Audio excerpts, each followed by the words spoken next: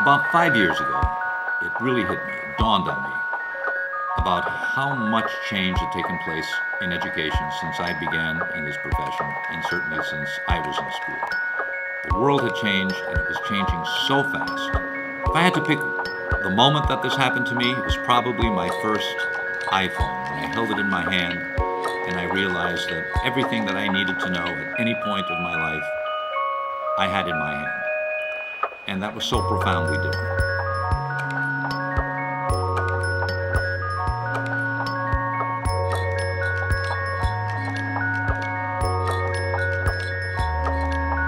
Well, we decided to embark on this project called Westport 2025 about 3 years ago.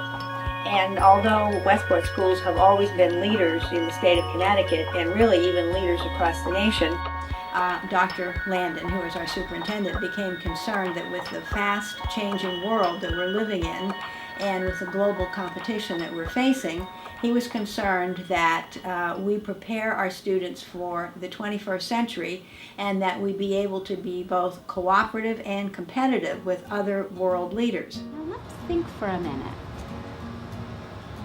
What do you think Frank's parents should say? Think about the 2 points of view we had earlier, and think about what should Frank's parents say to him. Turn and talk to your partner. What do you think?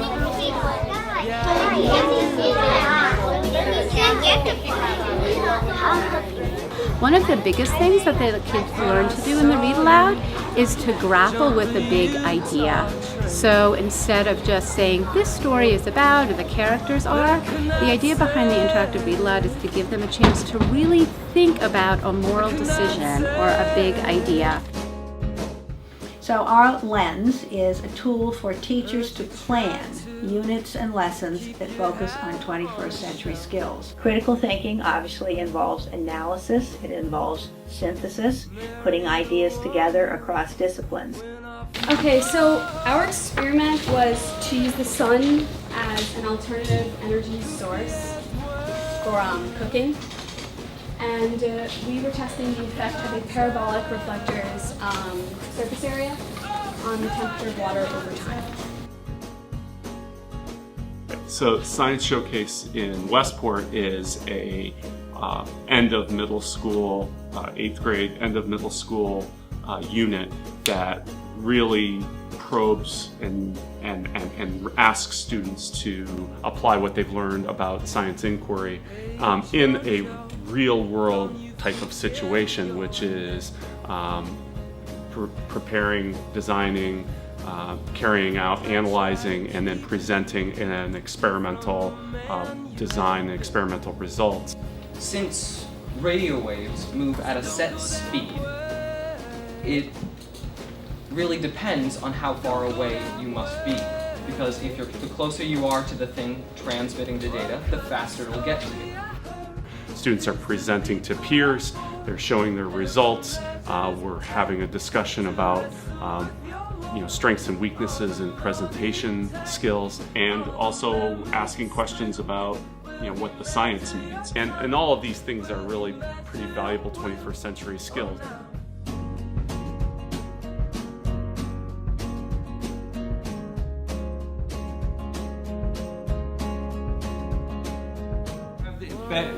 You have little things in these. Anybody know what these are? They look like little hot dogs on wire. So this class is a STEM class, science, technology, engineering, and mathematics. But we're also trying to teach the students 21st century skills. We give them something that's usually very new to them, something that they haven't had any experience with. We give it to them, I give them a few minutes of introduction, give them some of the basics, like today we had little basics in electricity. And then I give them the rest of the class to try to figure out different things, re-engineering, experimentation, analyzing information, accessing different information. Could be with each other, could be on the internet, to try to build things. And basically we give them something, problems that they have to work through and deal with their own frustration. Creative thinking is a little more out of the box, but that's one of the things that 21st century skills really focuses on. Students should not only be able to pull things apart, but they should be able to put new things together.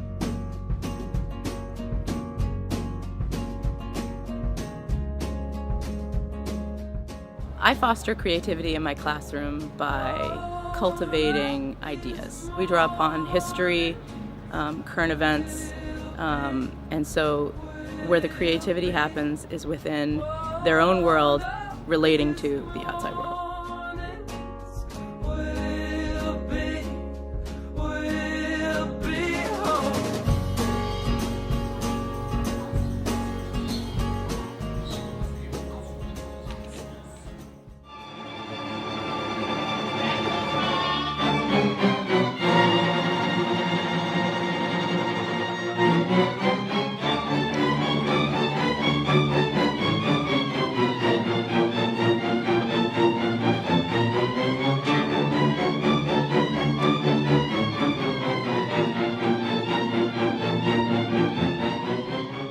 I've always viewed music and orchestra as an academic pursuit, so I don't see it as time away from the academics.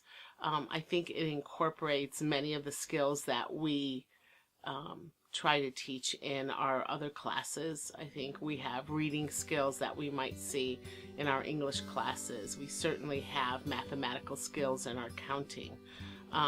We have the science of acoustics and how people perceive the sound that they hear, and making the music that we play understandable to the audience. Living just like everybody else. I got shirts and I've got shoes. I've got things I love, but not like you. Not like you.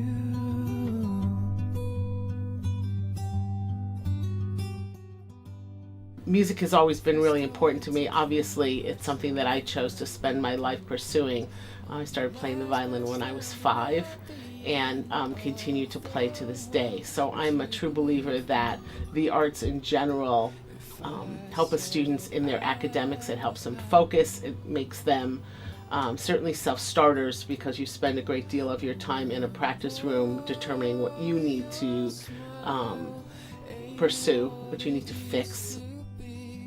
I have been told, but you're creased lips. The discipline that a student learns from music is taking something from just, things printed on a page to its final performance. The third category, communication, that is very important for the 21st century. We have always taught students how to communicate in terms of writing, but now there's an increasing emphasis on oral skills, presentation skills. We're asking students to be able to stand up individually and make a presentation or a pitch where they would be able to persuade an audience of their idea or their point of view. And the information I have now, I will use so we can be like cloud. What types of shells do reptiles need? Peter, Eli, and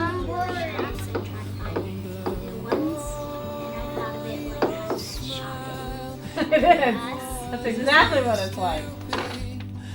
We ask them not only to be able to speak on their feet, to persuade us using evidence, but we ask them to use various kinds of digital media in order to back up their presentation and make it interesting and lively. They have to use all of these things that in the modern world are really necessary for good communication. Forced the Kenyans to serve as porters or soldiers in the war, and also forced them to grow food for the British soldiers, which did not leave much food for the Kenyans. The fourth domain is called global awareness or global thinking, and that means that students need to solve real world problems. A problem is not a problem if you know how to solve it. If you're faced with some new situation and you have no idea what to do, that's a problem. And so we're trying to teach kids how to use a combination of critical thinking, creative thinking, communication skills in order to solve real-world problems.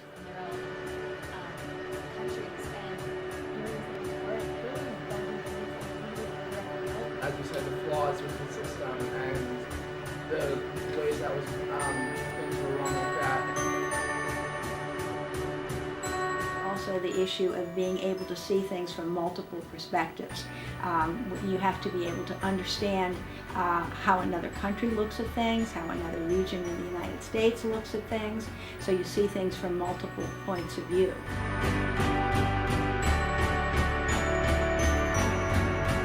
I want my kids to be confident that no problem is unsolvable, and that given the right team, the right people to work with, that we can solve it. We can come up with a solution. We can put together a task that would get us to the solution.